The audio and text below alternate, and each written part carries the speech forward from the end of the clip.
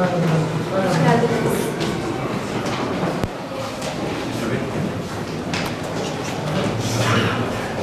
Hoş geldiniz.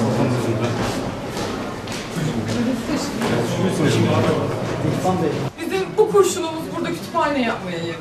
Dileriz daha büyük kurşunlarımız olur. Daha büyük şeyler yaparız. Neydi bu oyunun adı? Mangal.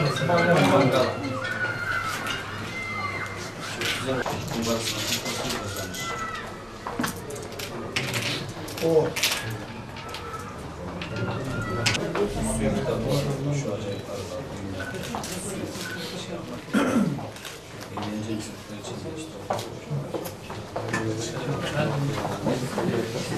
Şurada sandalyeler oturun çocuklar.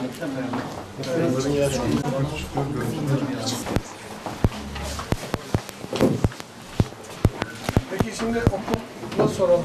Çocukların Müdürüm. kütüphaneden istifade etmesini nasıl sağlayacağız? Sayın Valim, sürekli açık bırakacağız. Bir memurumuz Ya olacak. öyle açık bırakmayla çocuklar gelmez.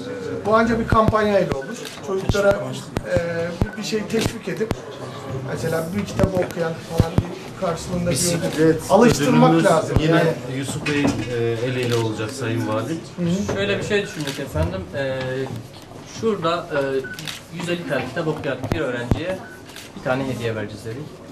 Bisiklet hediyesi olabilir.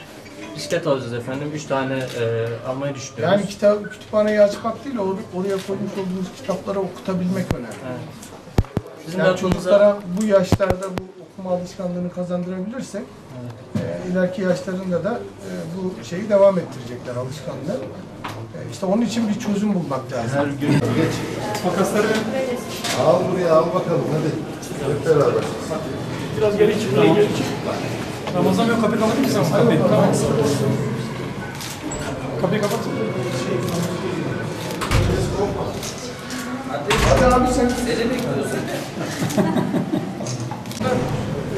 Emniyet Müdürlüğümüz, Emniyet Müdürlüğümüz gönüllü olarak bu işi yapıyor. Bazı böyle kabahat işleyenler diyoruz, suç demeyelim de, kabahat işleyenlere kitap aldırıyoruz. Yani oradan da istifade edebilirsiniz. Bizim kütüphanemiz var mı? Evet.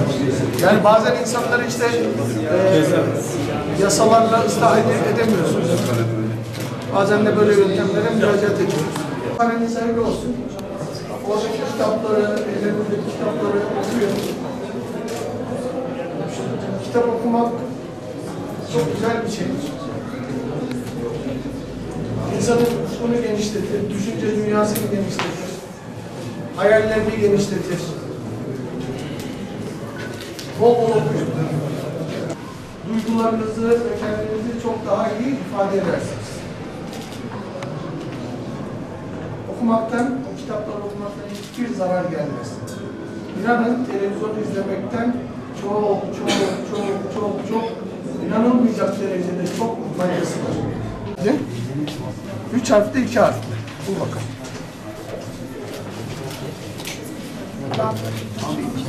Nasıl gelişiyor?